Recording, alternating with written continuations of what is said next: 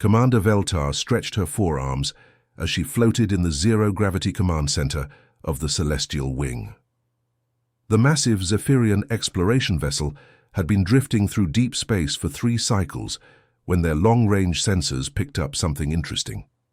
Radio waves, primitive, chaotic, but unmistakably artificial. Sub-Commander Kethra, what do you make of these transmissions? Veltar asked, her crystalline skin shimmering blue with curiosity. Kethra's insectoid features twisted into what passed for amusement among her species. Her 6 eyes focused on the holographic display showing Earth's crude radio signals. Commander, these beings are still using electromagnetic radiation for basic communication. Look at this. She gestured with one of her sharp claws at the display. Music, news broadcasts, something called reality television.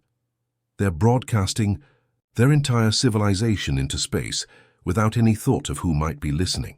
The bridge crew of the Celestial Wing gathered around the display. Lieutenant Zarthek, a young Zephyrian with bright purple crystalline growths, laughed with a sound like wind chimes. Their largest artificial construct in orbit is pathetic. Our smallest shuttle bay could swallow their space station whole. Veltar nodded thoughtfully. The International Space Station appeared on their screens like a tiny metal insect compared to their kilometer-long exploration vessel. What about their planet-based technology? Even more primitive, Kethra replied, pulling up thermal scans of Earth. They're still burning fossil fuels for energy, coal, oil, natural gas.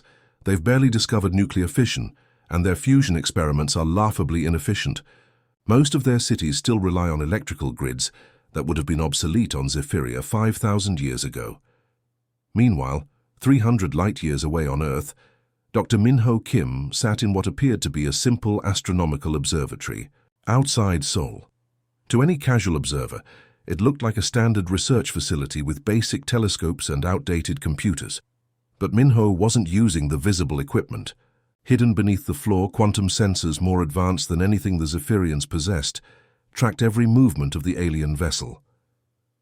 They've been watching us for 6 hours now, Minho said to his colleague, Dr. Yuna Park, who was monitoring the aliens' communications through their own primitive-looking radio equipment.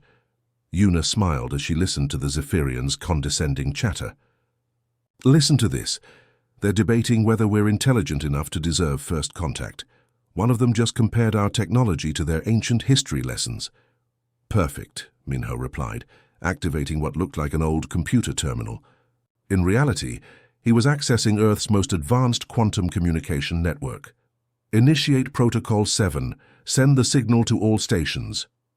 Across the planet, the message spread faster than light itself through humanity's hidden quantum network.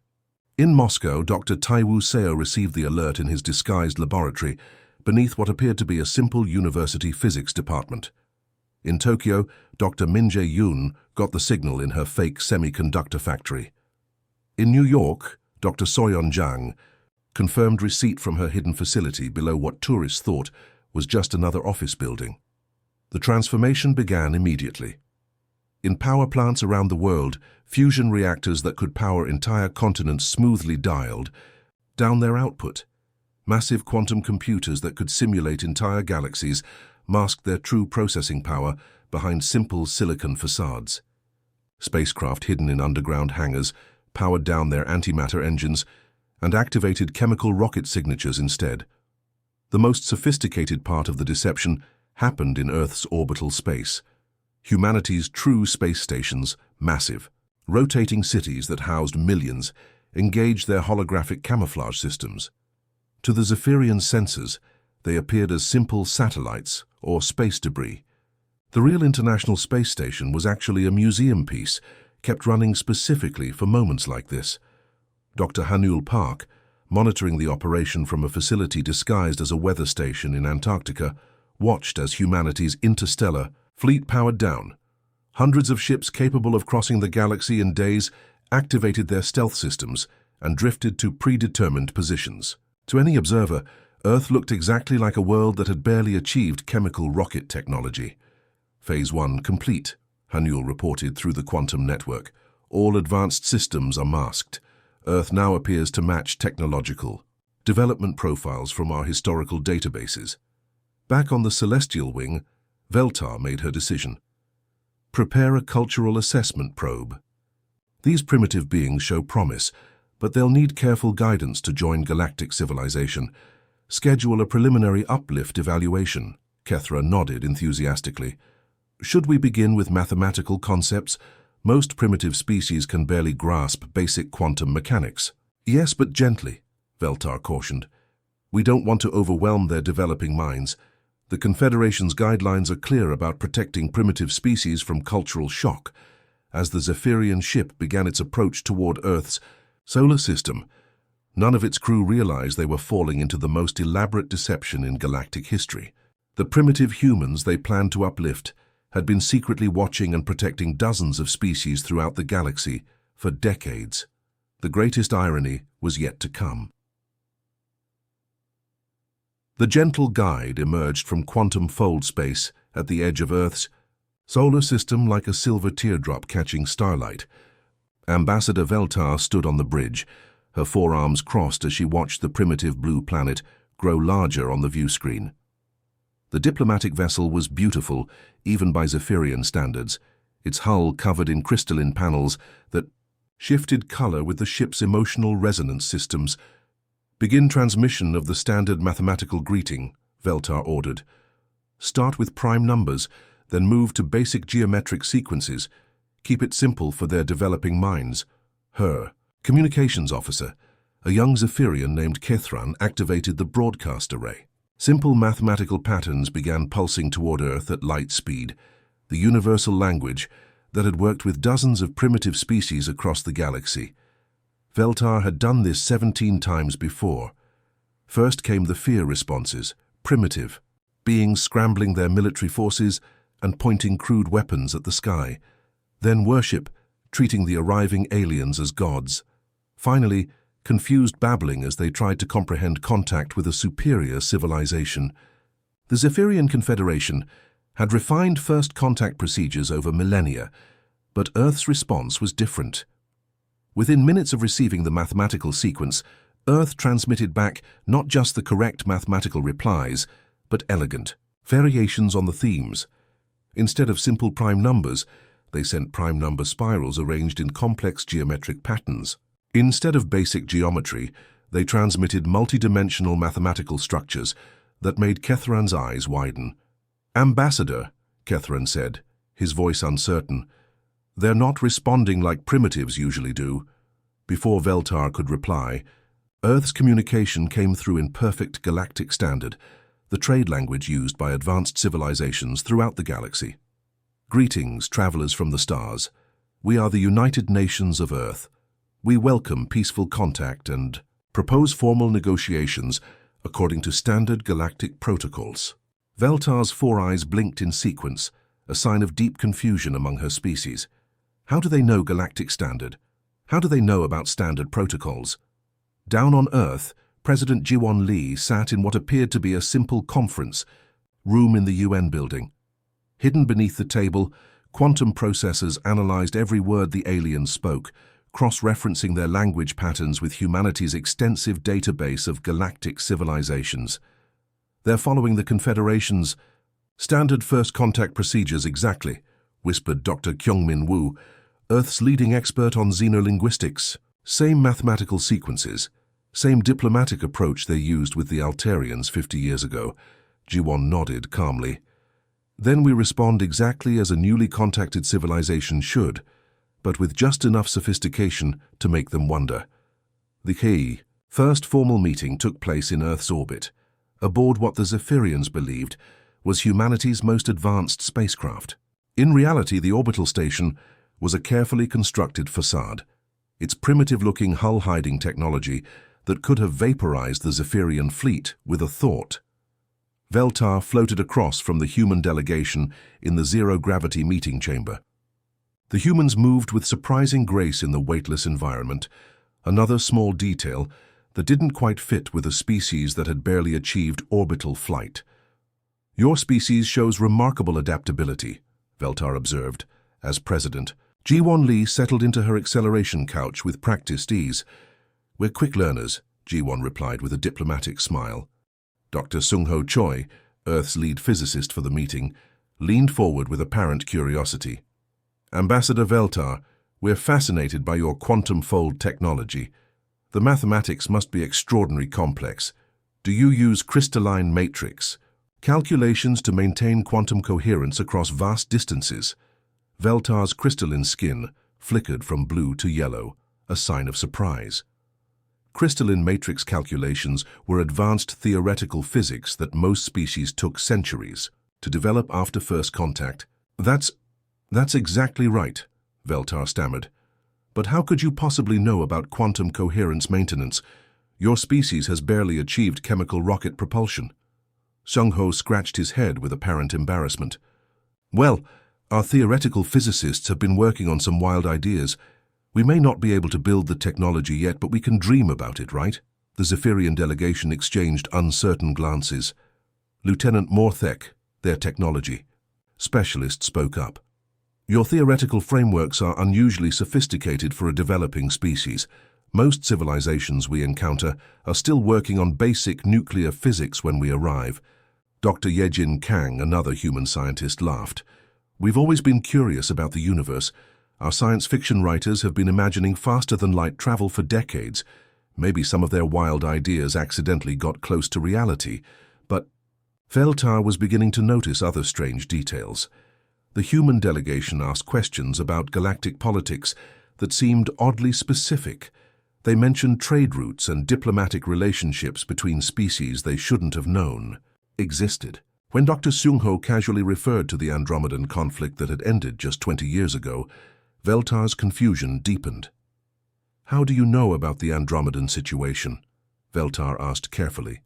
Sung-Ho looked puzzled.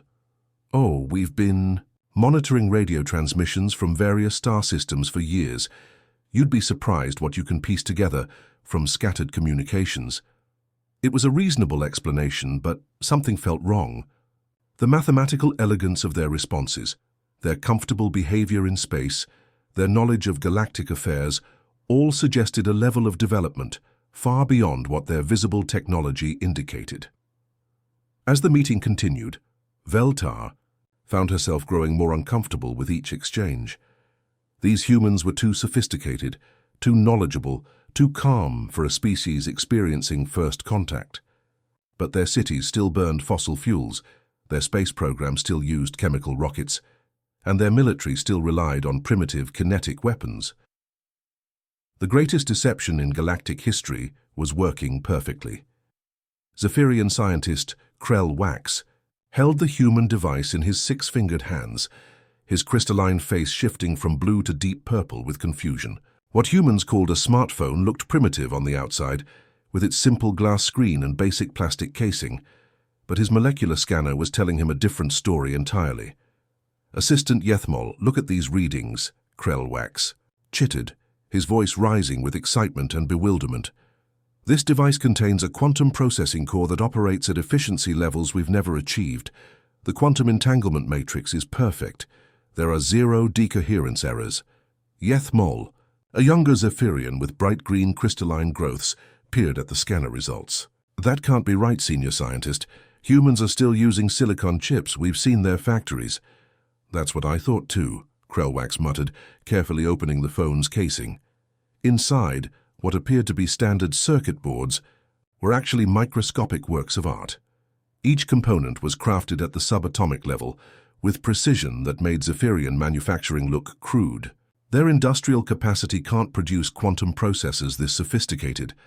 Our own factories need temperatures near absolute zero and perfect vacuum conditions, yet this device operates flawlessly at room temperature. The phone had been given to them by Dr. Minseo Kim, a human engineer who claimed it was just a basic communication device. But the quantum encryption protocols running in the background were more advanced than anything in the Confederation's classified military networks. "Senior scientist," Yethmol whispered, "what if the humans are hiding their true technological level?" Krellwax's skin flickered to yellow, the color of deep thought among his species. "Impossible. We've scanned their cities, their factories, their power plants. Everything appears primitive." Meanwhile, on the other side of Seoul, young human engineer Da-Hyun Shin was leading a group of fascinated Zephyrian students through what appeared to be a basic manufacturing facility.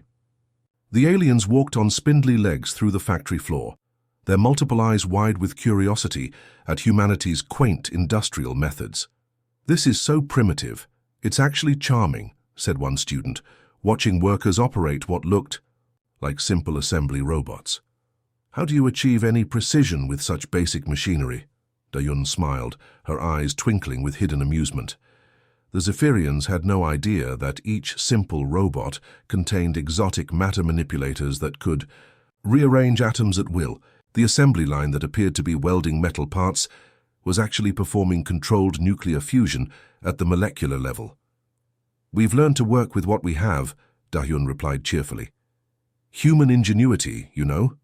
The visiting Zephyrian professor Tel Nara examined one of the manufacturing robots closely. "Your tolerances are remarkably precise for such primitive equipment. This metal joining has molecular-level perfection." "Our workers are very skilled," Dayun said, not mentioning that the workers were actually advanced artificial intelligences controlling matter at the quantum level. "Practice makes perfect." What the Zephyrians didn't see were the hidden sensors monitoring their every move, the camouflaged force fields protecting them from the dangerous exotic matter reactions, or the quantum computers calculating their every word and expression. As the tour continued, more inconsistencies piled up. The factory's power consumption readings didn't match the energy output of their supposed power sources. The materials being used showed isotopic signatures that required particle accelerators to create, yet humans claimed to mine them from ordinary Earth rocks. The precision of the manufacturing was literally impossible with the visible technology. That evening, Ambassador Veltar requested a private meeting with Dr. Hyunwoo Nam, one of Earth's lead physicists. They met in what appeared to be a simple university laboratory, surrounded by primitive-looking equipment that would have been outdated on Zephyria millennia ago. "Dr. Nam," Veltar began, her four arms folded in a gesture of suspicion, "my scientists have discovered several inconsistencies in your technology." Hyunwoo nodded calmly, adjusting what looked like basic reading glasses, but were actually quantum interface displays. "Oh, what kind of inconsistencies?" "Your communication networks use quantum encryption protocols that we only developed 20 years ago. Your manufacturing precision exceeds our own industrial capabilities. Your simple devices contain technology that shouldn't exist according to your visible development level." Veltar's crystalline skin had shifted to deep red, the color of accusation among her species. "Your people hide much, Ambassador Nam." Hyunwoo smiled peacefully, sipping tea from a cup that the Zephyrians didn't realize was made from programmable matter. "All species have their secrets, Ambassador. Surely the Confederation doesn't share all its technology with newly contacted civilizations." "That's different," Veltar protested. "We're protecting primitive species from technologies they're not ready for." "But you're the primitive species, are we?" Hyunwoo asked quietly. The question hung in the air like a challenge. Veltar's four eyes studied the human carefully, looking for signs of deception. But Hyunwoo's expression remained perfectly calm, almost amused. "Our scans show your cities still burn fossil fuels," Veltar said. "Some of them do," Hyunwoo agreed. "Your space program uses chemical rockets." "It does indeed. Your military carries kinetic weapons. Quite effective ones, too." Each answer was technically true, but Veltar sensed layers of meaning beneath the words. The fossil fuel plants were actually fusion reactors in disguise. The chemical rockets were decoys, while the real spacecraft remained cloaked. The kinetic weapons were just the tip of a military iceberg that included technologies the Confederation couldn't imagine. "Dr. Nam," Veltar said slowly, "what aren't you telling us?" Hyunwoo set down his teacup and looked directly into all four of Veltar's eyes. "Ambassador, what would you do if you discovered that everything you believed about galactic civilization was wrong?" Before Veltar could answer, alarms began sounding throughout the facility. But these weren't human alarms. They were coming from the Zephyrian ships in orbit, as their sensors finally detected something that made their advanced technology seem like stone tools by comparison. The facade was beginning to crack. And the truth was far more shocking than any Zephyrian could have imagined. Zephyrian engineer Telmos was investigating what humans claimed was a simple electrical malfunction beneath Manhattan when everything changed.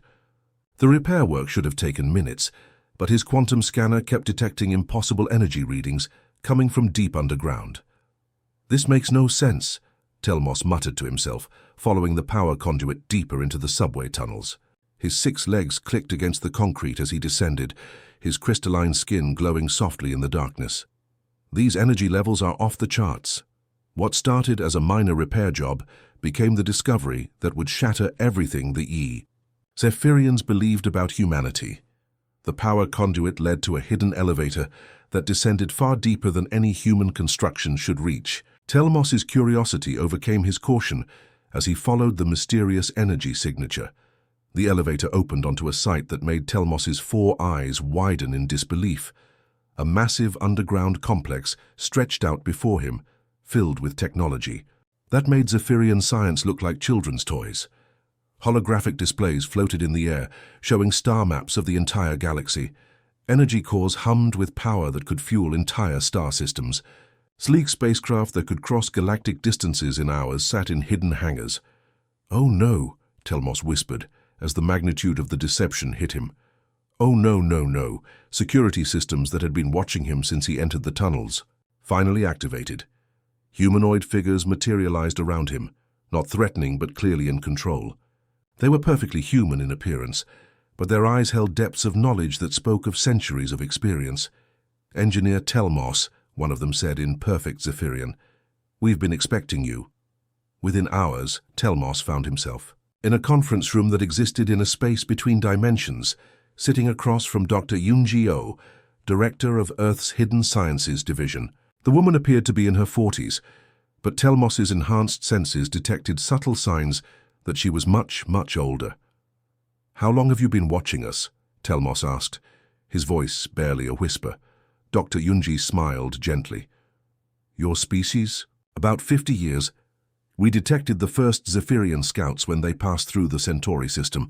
We've been monitoring your expansion patterns ever since."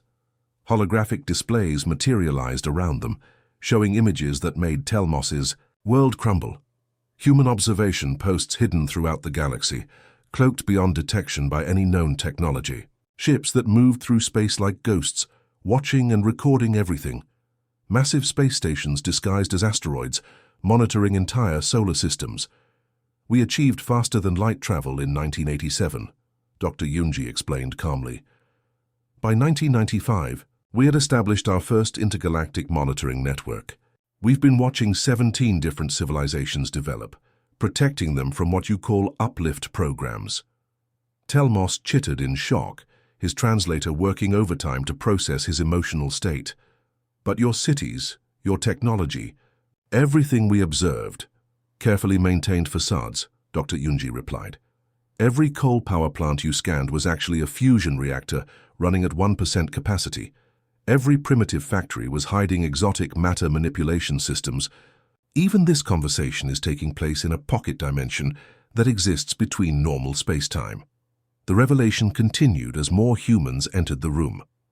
Admiral Jinwoo Kang appeared to be a distinguished man in his 60s, but the way he moved suggested enhanced abilities far beyond normal human limits. Behind him came Dr. Soo-Young Lim, whose casual gesture opened doorways to other star systems. "We've been protecting the Kepler 442 system from Andromedan expansion," Admiral Jinwoo explained, showing holographic footage of human ships invisibly, deflecting asteroid strikes that would have wiped out a developing civilization. "The inhabitants don't even know they're in danger."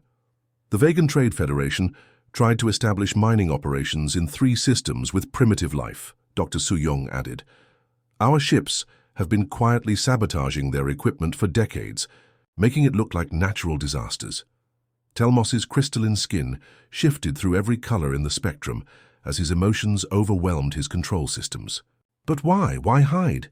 Why appear primitive when you possess technology that makes our greatest achievements look like cave paintings?" Dr. Yunji leaned forward, her expression becoming serious. "Because we studied your galactic civilization before making contact." We learned that advanced species in this galaxy fall into two categories: conquerors who subjugate primitive worlds, or condescending guardians who destroy cultures while claiming to help them develop. Admiral Jinwu nodded grimly. The Andromedan Empire conquers through force. The Zephyrian Confederation conquers through kindness.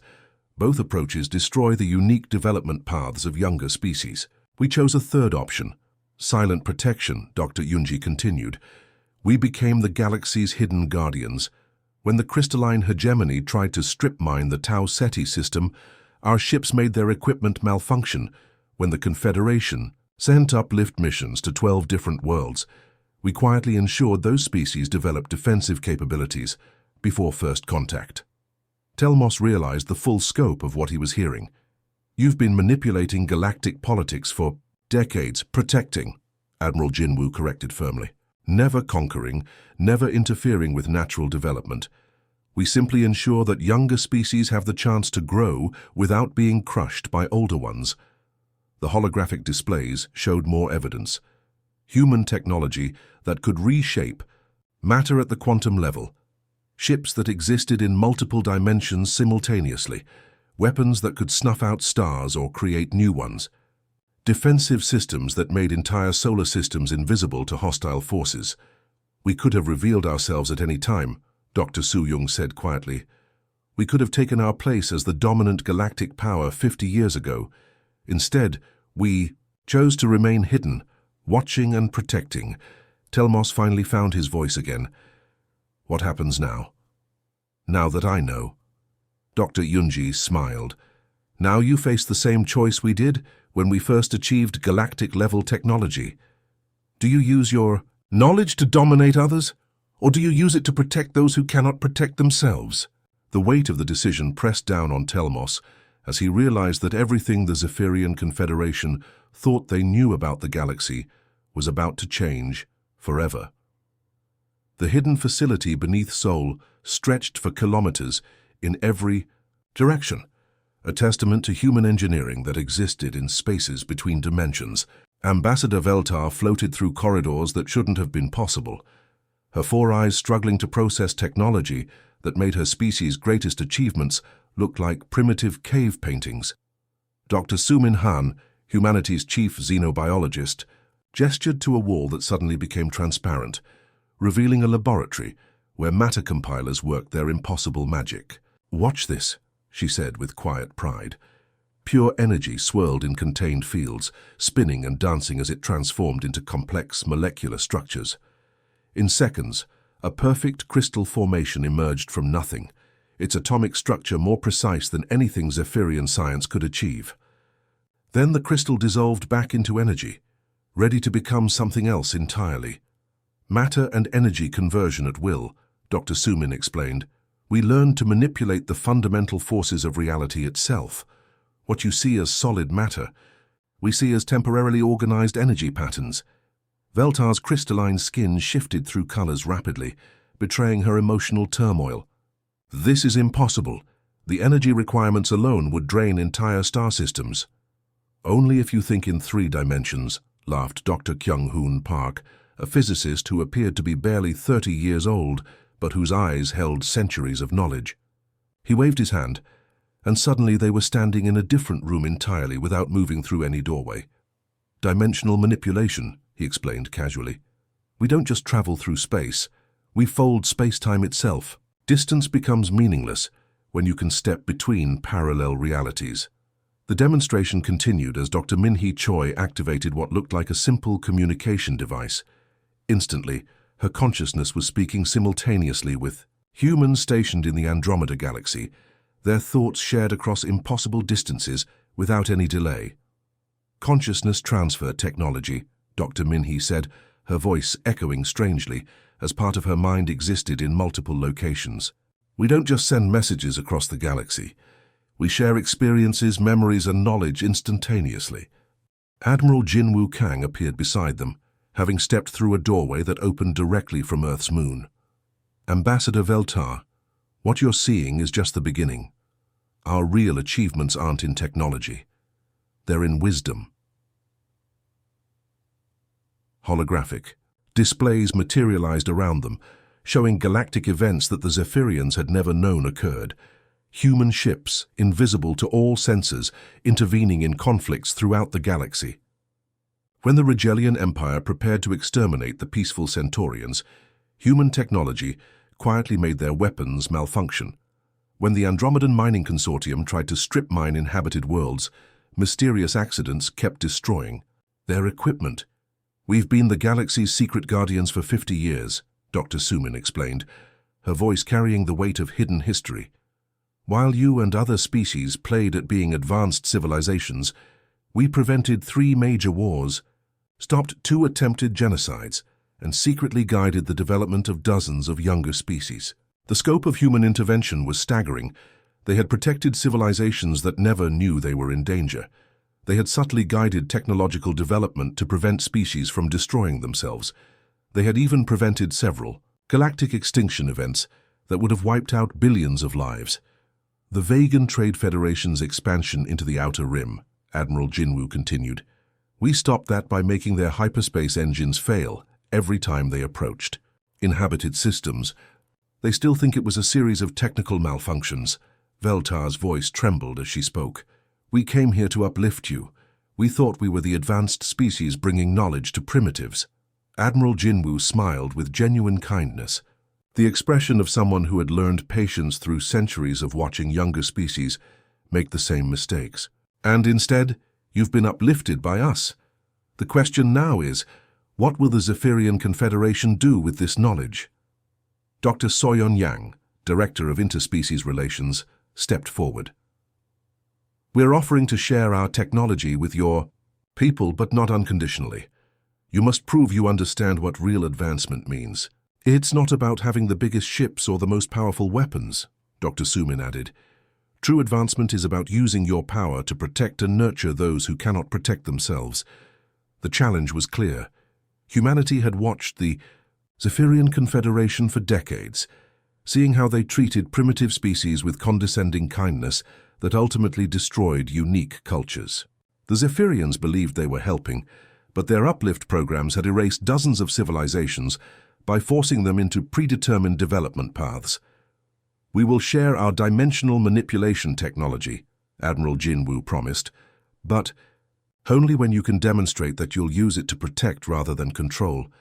We'll teach you matter compilation, but only when you prove you won't use it to remake other species in your own image." Veltar understood the test before her. Her species would need to fundamentally change their approach to galactic civilization. Instead of uplifting primitive species, they would need to learn to guard them silently. Instead of spreading Zephyrian culture, they would need to preserve alien ones. As Veltar prepared to return to her ship, carrying impossible knowledge back to the Confederation, she realized that everything her species believed about wisdom and advancement had been turned upside down. The primitives they had come to uplift were actually the most advanced beings in the galaxy, and the greatest test of that advancement was choosing to remain hidden. "The galaxy will never be the same," Veltar whispered, as she stepped through a dimensional portal that would take her back to her ship. Dr. Sumin nodded thoughtfully. "That's what we're hoping for." The human facility hummed quietly as its guardians returned to their eternal watch, protecting civilizations that would never know their names, ensuring that the galaxy remained a place where different species could grow and flourish according to their own unique paths. The end.